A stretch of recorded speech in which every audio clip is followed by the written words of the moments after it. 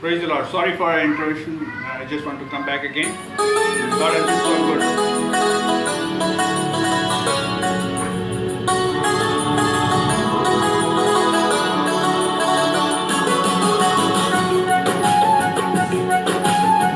As I was sharing with you, the Jesus accomplished on the cross.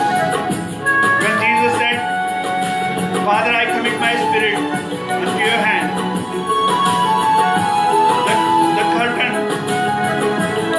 divided from upside to down. It was torn up. मुझे और आपको access की जरूरत नहीं. यीशु मसीह के द्वारा हम पिता के पास जा सकते हैं.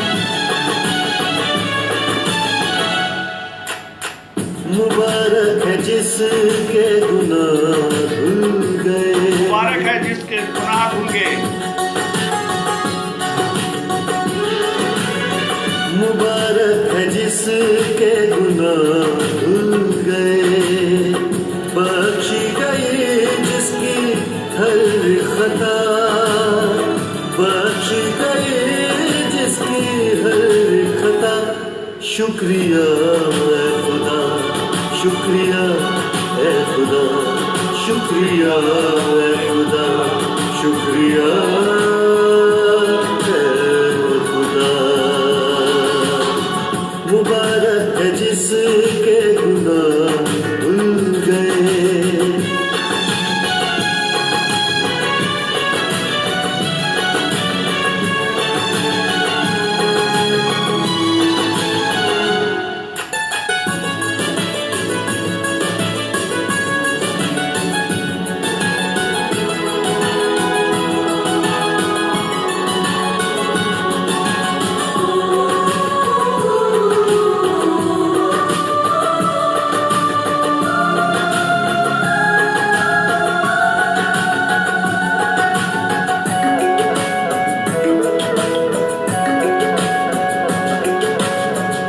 मैं जितना खामोश रहा मेरा गम उतना ही बढ़ा.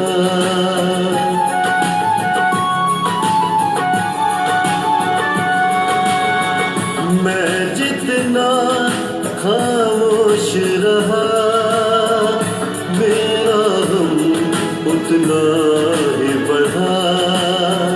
रात और दिन मुझ पे खुदा हाथ तेरा भारी था. मैंने अपनी खता को माना. अपनी बदकारी को जाना. मैंने अपनी खता को माना. अपनी बदकारी को जाना. मेरे खुदाया मेरी खता को तूने माफ किया. शुक्रिया है खुदा. शुक्रिया है खुदा. शुक्रिया है खुदा. शुक्रिया है खुदा. मुबारक. Praise the Lord again. तो हम पढ़ रहे थे, हमने निर्गमन की किताब में देखा कि पर्दे को आंखियों में लटकाना और वो पवित्र स्थान और प्रभ पवित्र स्थान में को विभाजन के लिए इस्तेमाल किया जाए और पवित्र जो साक्षी का संदूक है वो रखा जाए. और यहाँ जब हम अभी इब्रानियों की पत्री उसका 9वां अध्याय और उसकी 7वीं आयत पढ़ेंगे. इब्रानियों की पत्री book of Hebrews chapter 9 verse 7.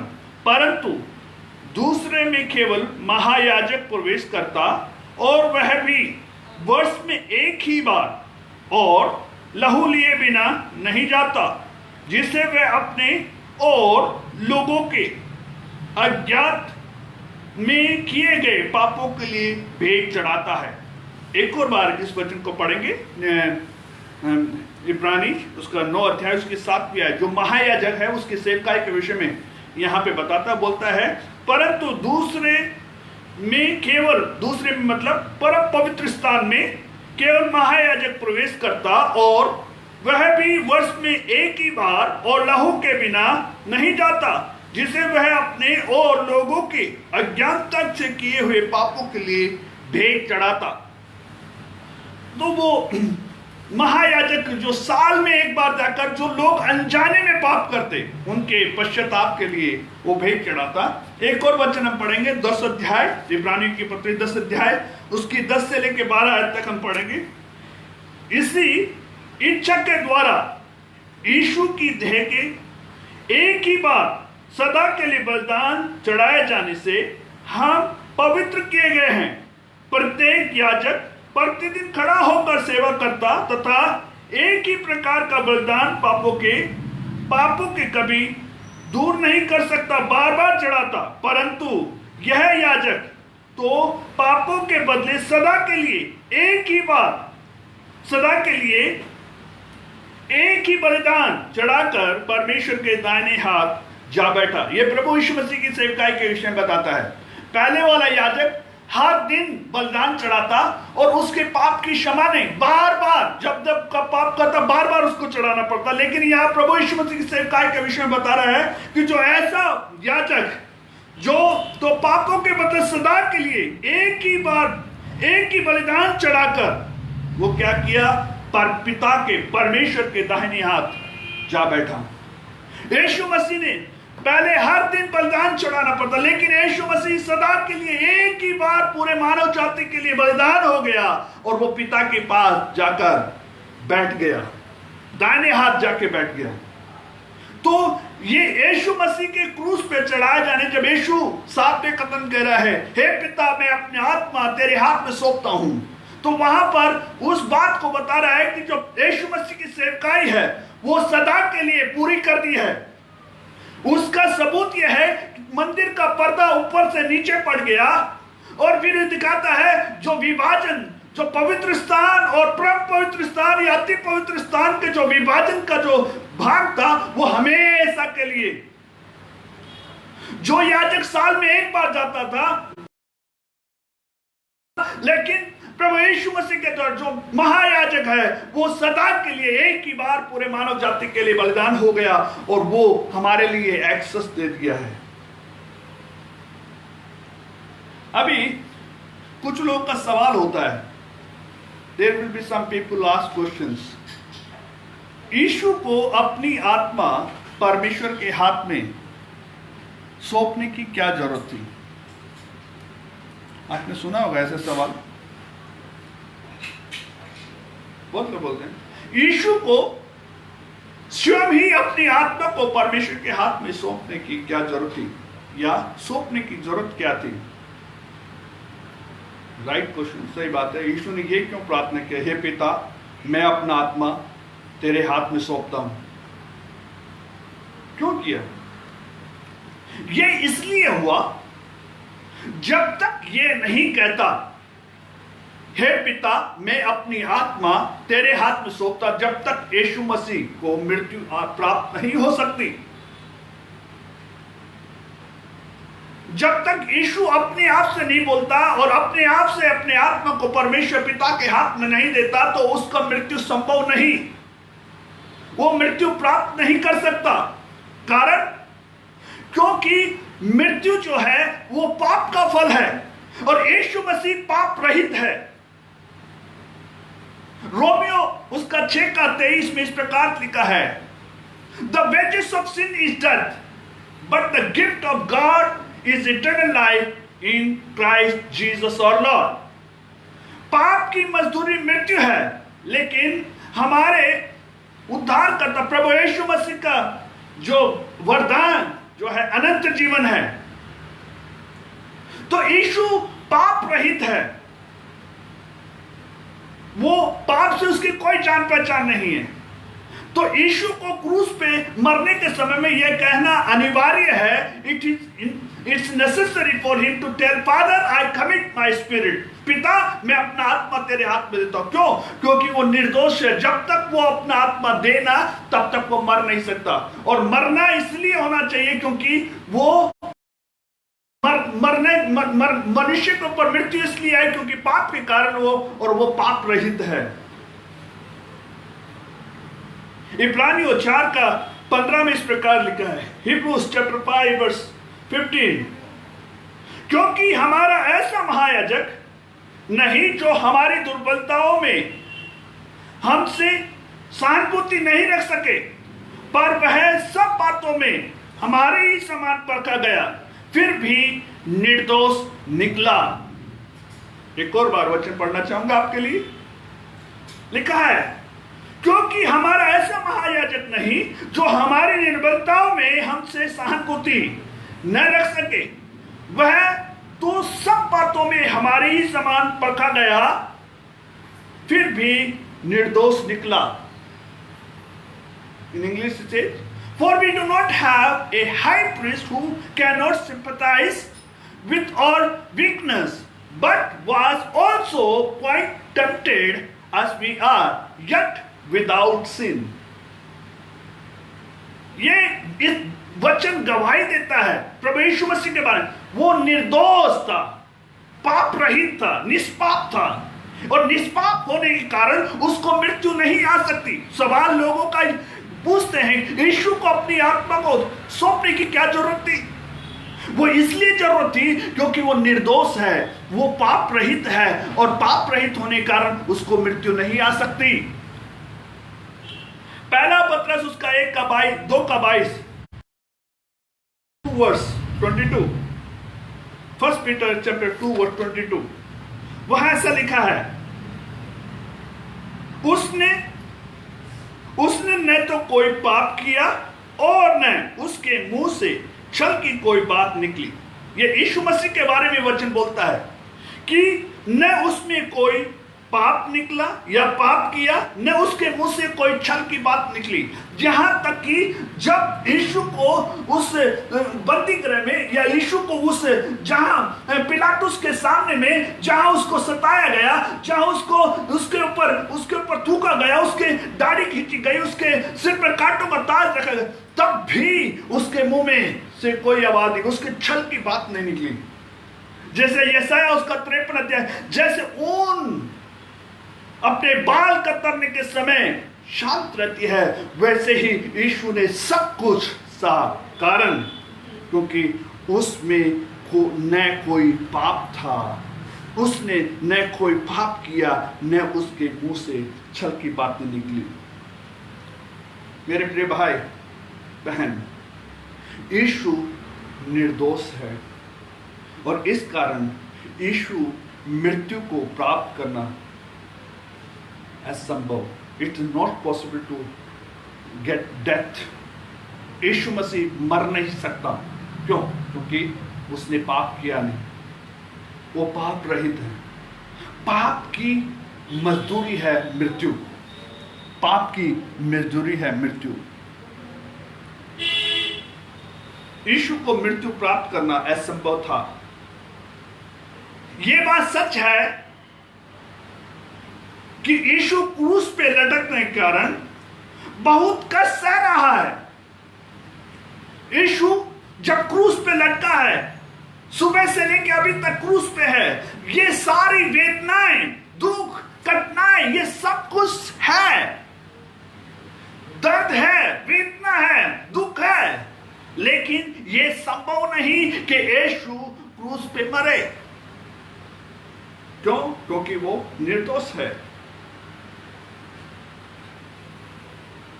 मृत्यु नहीं आ सकती, इसलिए उसने अपने प्राणों को पिता के हाथ में समर्पण किया। He gave his spirit to God the Father. कुछ लोग कहते हैं यीशु ने सुसाइड किया है, यीशु ने आत्महत्या किया। उनको समझ में नहीं आता आत्महत्या क्या होता है।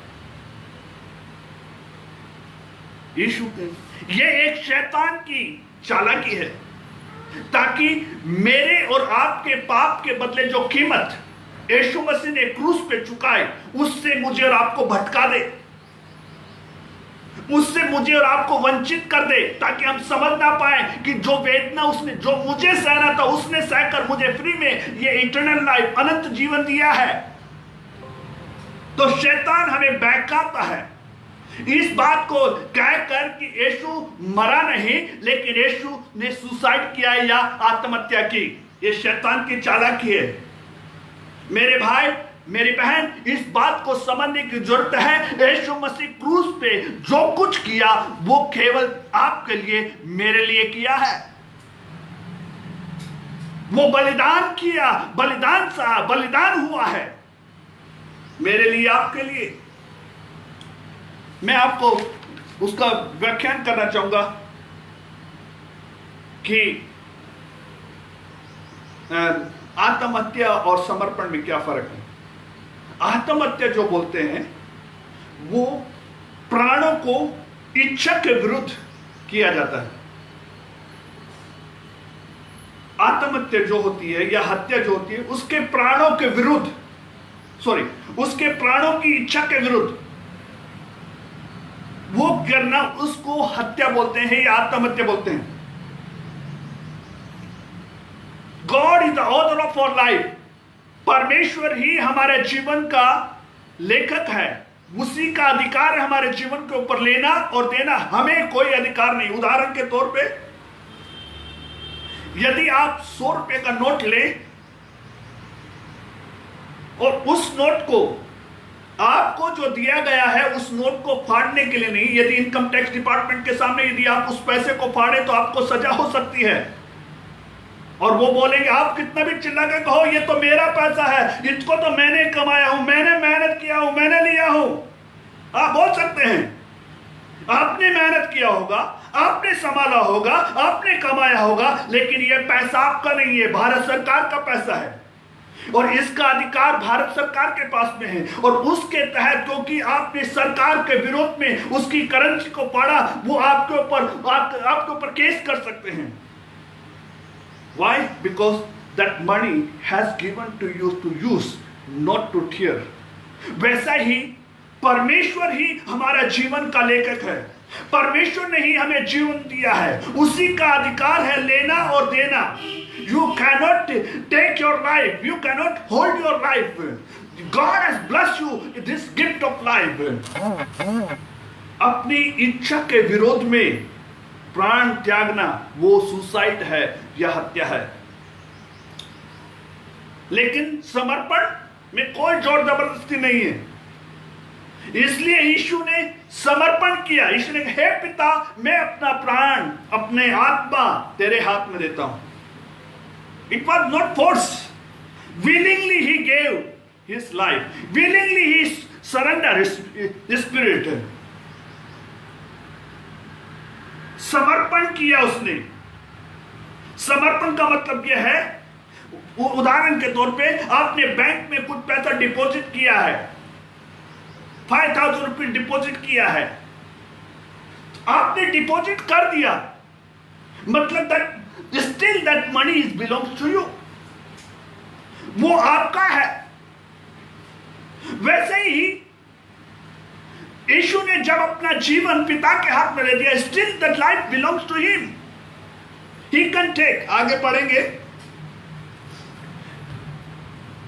यीशु के लिए पिता से प्राप्त एक विशेष अधिकार का प्रावधान था, एक विशेष अधिकार प्राप्त था या प्रावधान था। यीशु को पिता की तरफ से एक विशेष अधिकार का प्रावधान था। वो प्रावधान ये था, उसे अपने प्राण देने का और उसे अपने प्राण लेने का अधिकार था। मेरे साथ में हम कुछ वचन पढ़ेंगे।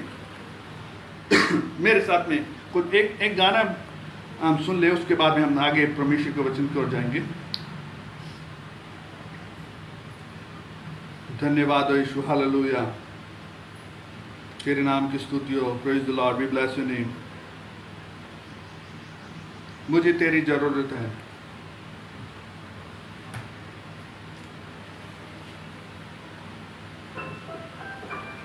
Lord, we praise you, we bless your name, hallelujah, give you glory.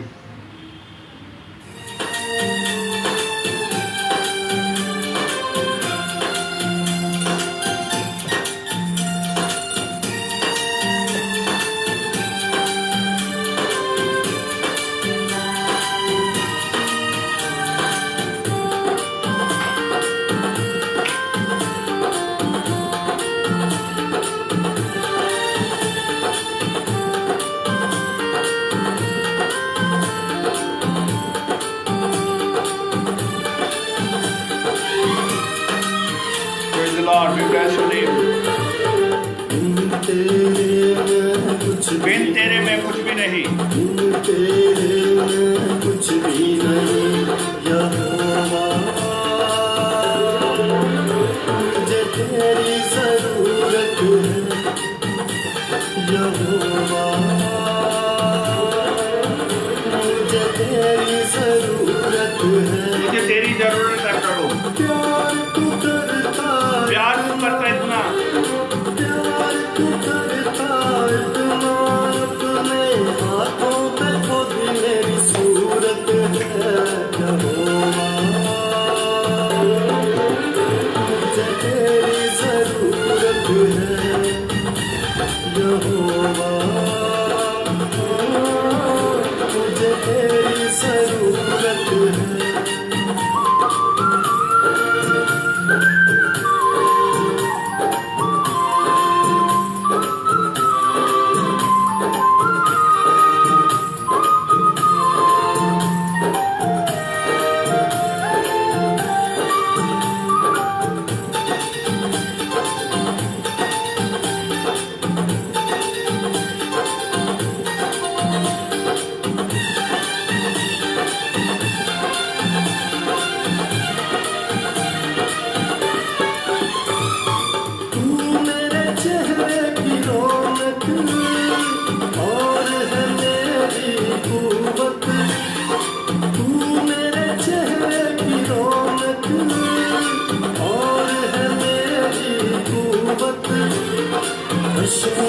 और जलाल के बादशाह तुझसे है मेरी जीनत, हशमत और जलाल के बादशाह तुझसे है मेरी जीनत.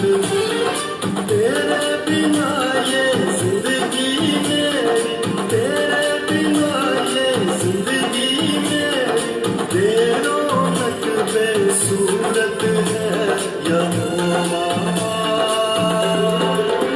मुझे तेरी जरूरत है यहोवा, मुझे तेरी जरूरत है. प्यार तू करता इतना, प्यार तू करता इतना, अपने हाथों पे खुद मेरी सूरत है यहोवा, मुझे तेरी जरूरत है यहोवा, मुझे तेरी जरूरत है.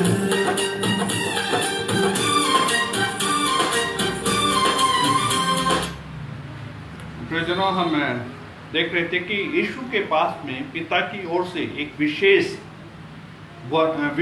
प्रावधान या विशेष अधिकार है. वो हम पाते हैं यूहन्ना रचित सुसमाचार उसका 10 अध्याय और उसकी 17 और 18 आयत में.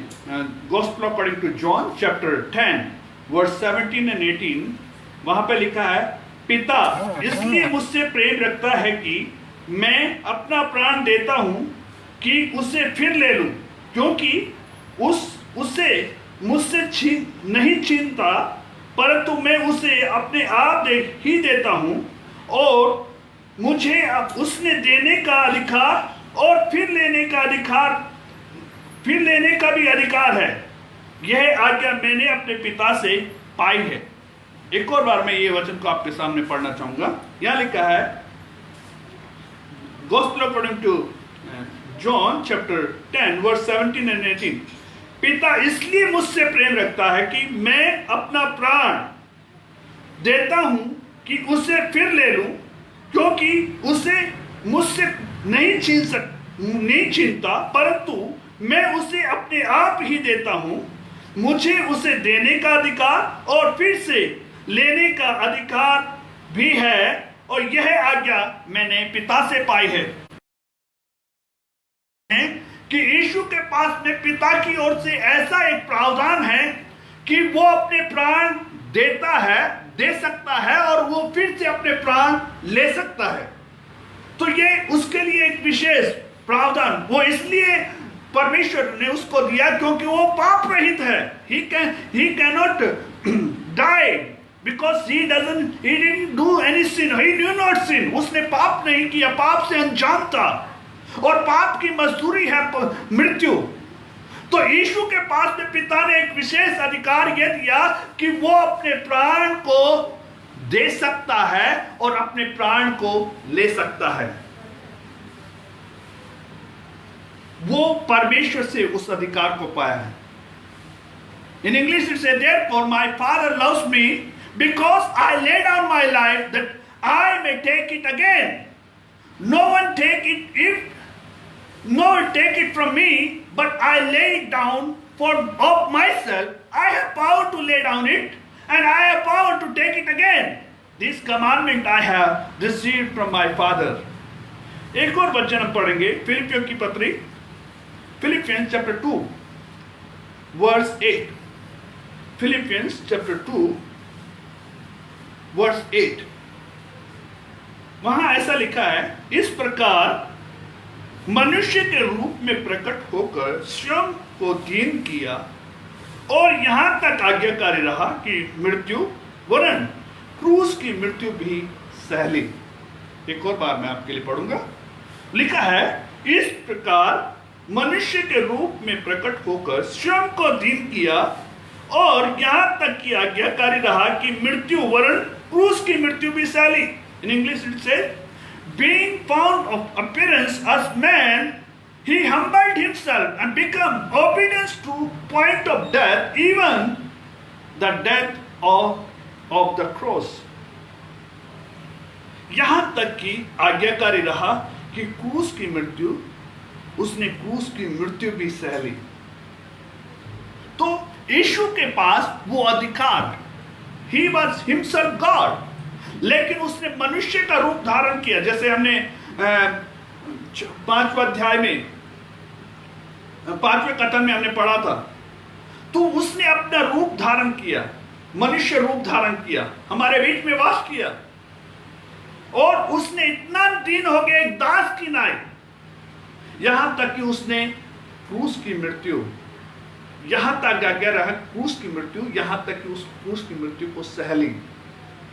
तो यीशु के पास में स्व इच्छा से अपने प्राण को लेने का और देने का अधिकार है। जब यीशु ने यह जान लिया कि सब कुछ पूरा हो गया, तब उसने अपने प्राण स्व इच्छा से पिता को सौंप दिया। When Jesus came to know that everything finished, by knowing that he committed his spirit to the Father. और ये जो 7वां कथन है, ये यीशु का पूरे जीवन का निचोड़ है, जो रख दिया, जो संसार के सामने रख दिया, ये उसके पूरे जीवन का निचोड़ है। उसने अपने आप को पिता की इच्छा को पूरा करने के लिए, पिता की इच्छा के अनुसार उसने अपने जीवन को पिता के हाथ में समर्पित करता है। तो ये उसके जीवन का निचोड़ है। प्रियजनों, पिता और पुत्र ने अपना कर्तव्य मुझे और आपको बचाने के लिए, मुझे और आपको उद्धार दिलाने के लिए पूरा किया है। जो भी कुछ आपके उद्धार के लिए आवश्यकता थी, मोक्षा के लिए जो भी आवश्यकता थी, वो सब कुछ पिता परमेश्वर और प्रभु यीशु मसीह उन्होंने पूरा किया है। अभी ये मनुष्य का कर्तव्य है कि वो कर्तव्य पूरा करना है। मनुष्य का अपना कर्तव्य पूरा करना है। परमेश्वर पिता और पुत्र का जो कर्तव्य था, जो आपको बचाने के लिए, संसार को बचाने के लिए, मानव को बचाने के लिए, वो सब कुछ उन्होंने पूरा किया है। अभी मनुष्य को अपना कर्तव्य पूरा करना है। आपको परमेश्वर सोना चांदी नहीं मांगता, परमेश्वर आपसे कोई बड़ी चीज नहीं मांगता, लेकिन आपको एक कर्तव्य, अपना कर्तव्य पूरा करना है। वो है रोमियो की पत्री, उसका 10 अध्याय और उसकी 9 और 10 आयत, 9 से 11 आयत। रोमियो की पत्री, रोमन्स चैप्टर 10 वर्स 9 to 11, वहां लिखा है, यदि तू अपने मुंह से यीशु को प्रभु जानकर अंगीकार करे और अपने मन में यह कहकर विश्वास करे कि परमेश्वर ने उसे मृतकों में से जीवित किया, तो तू उद्धार पाएगा। मनुष्य तो हृदय में विश्वास करता और जिसका परिणाम धार्मिकता होता है, और मुंह से अंगीकार करता है, उसका परिणाम उद्धार होता है।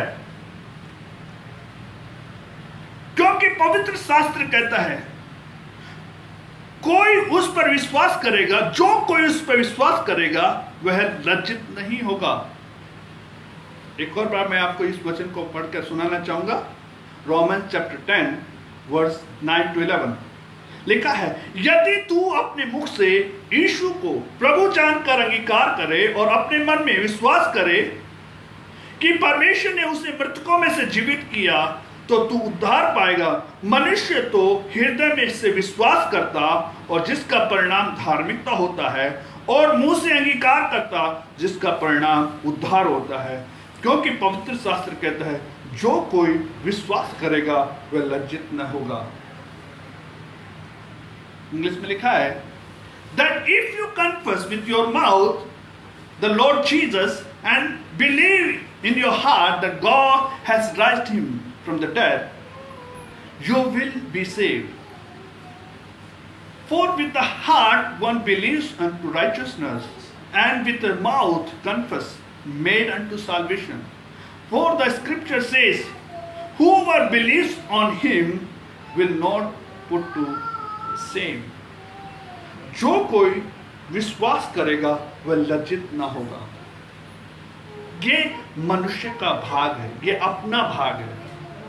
परमेश्वर पिता और प्रभु यीशु मसीह जो भी कुछ आपका उद्धार के लिए आवश्यकता थी, उसने अपने प्रेम को दिखाने के लिए वो सब कुछ पूरा किया है।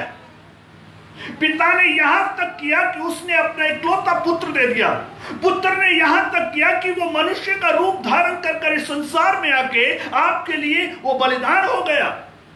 लेकिन प्रिय भाई बहन, ये आपका जिम्मेदारी है, ये आपका उत्तरदायित्व है कि अब अपने मुंह से उसे अंगीकार करना। इच्छा रखने से काम नहीं चलेगा, अपने मुंह से अंगीकार करना पड़ेगा। और उसका रूप जो है, उसका फल परिणाम यह है कि आप उद्धार पाएंगे। और कहता है, जो विश्वास करता है वो लज्जित नहीं होगा। मैं नहीं चाहता कि आप लज्जित हों, मैं चाहता हूं कि आप धन्य हों, आप आशीषित हों, और वो आपके हाथ में है। मेरे भाई बहन, यदि आप पहली बार प्रभु यीशु मसीह के बारे में सुन रहे हैं, तो मैं आपसे आग्रह करूंगा कि आपसे परमेश्वर बेहद प्रेम करता है। यदि इस पूरी दुनिया में केवल आप अकेले इंसान होते तो भी पिता परमेश्वर अपने प्रिय पुत्र यीशु मसीह को इस संसार में भेजा होता, और वो आपके लिए क्रूस पे मरा होता, और आपको लिए वो बलिदान होता। उसका प्रेम इतना महान है। इसलिए मैं आपसे आग्रह करता हूं, अपने हृदय को कठोर मत कीजिए, अपनी सच्चाई से अपने मुंह को मोड़िए, सच्चाई को अपनाइए, सच्चाई से दूर मत भागिए, और उसका जो फल ये होगा, आप उद्धार पाएंगे, आप लज्जित नहीं होंगे।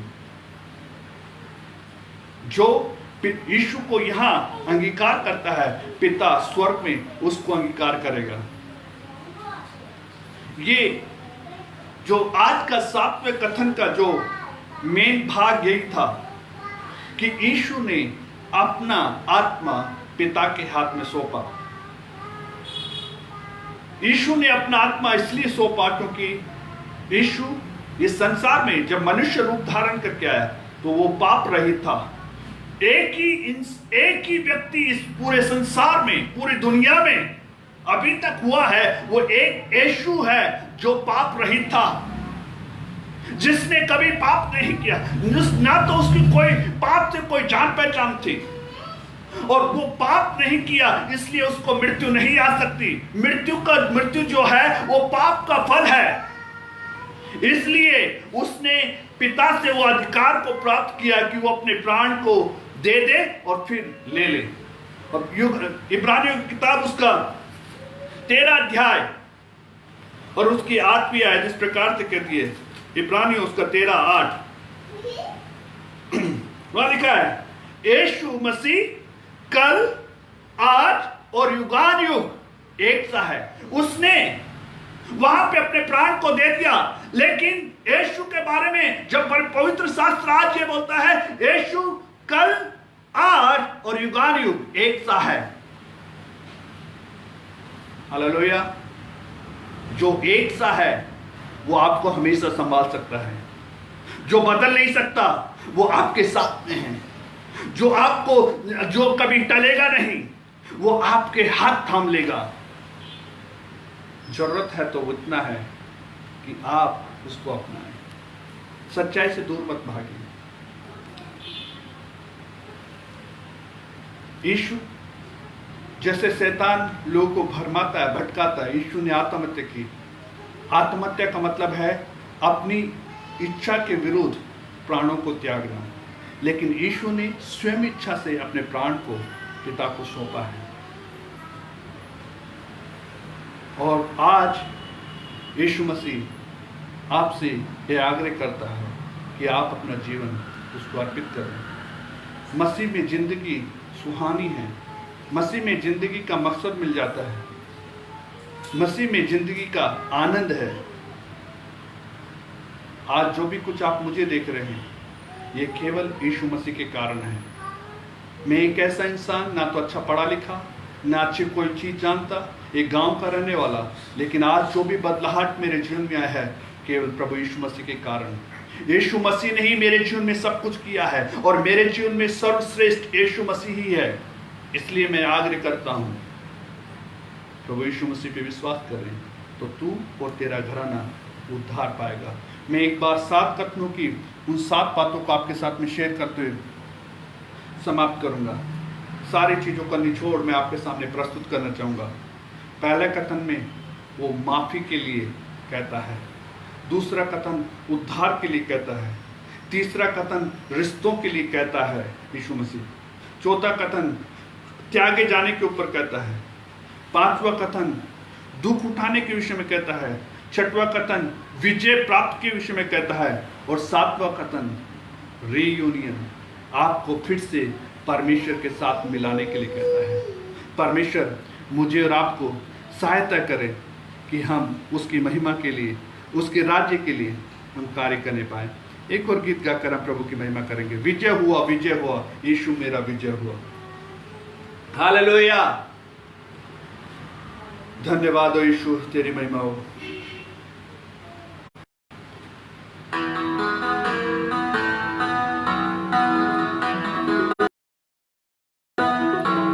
Praise the Lord, hallelujah, Lord, we praise you, we bless your name.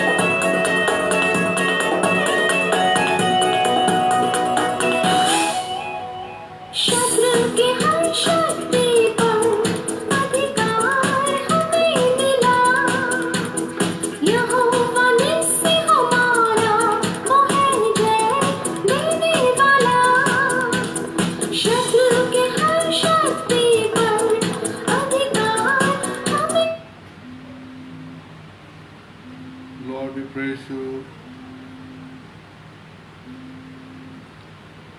Lord, we praise you.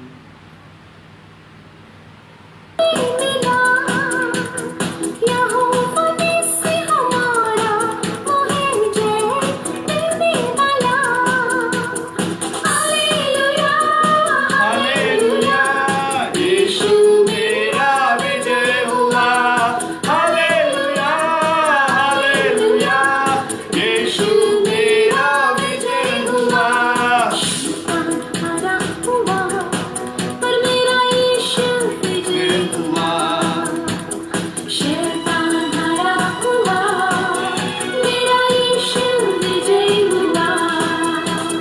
विजय हुआ मेरा विजय हुआ विजय हुआ विजय हुआ यीशु मेरा विजय हुआ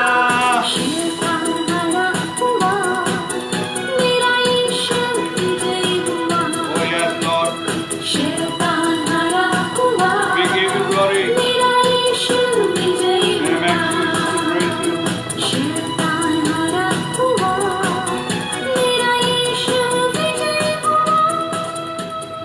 Amen.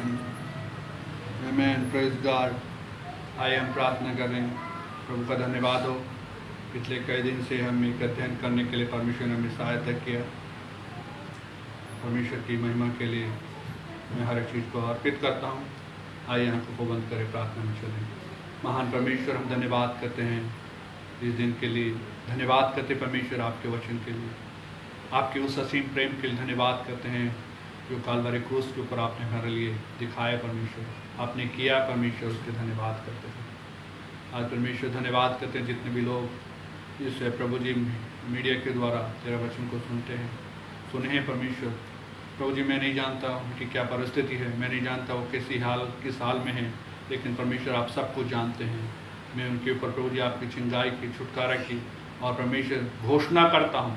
और परमेश्वर मैं हर एक भाई और बहन के लिए दुआ करता हूँ खुदा, उनको अपने पाप के बंधन से, श्रापों से और गरीबी से और प्रभु जी इन संसार की बातों से छुड़ाकर एक आत्मिक राह में और आपके एक भक्त और बेटा और बेटी बनकर जीने के लिए आप सहायता मदद कीजिए। धन्यवाद करते प्रभु, आपने हमारी प्रार्थना सुन लिया है। सबको जल्दी आने वाले इस मसीनात्मा के कबूल पिता, आमीन।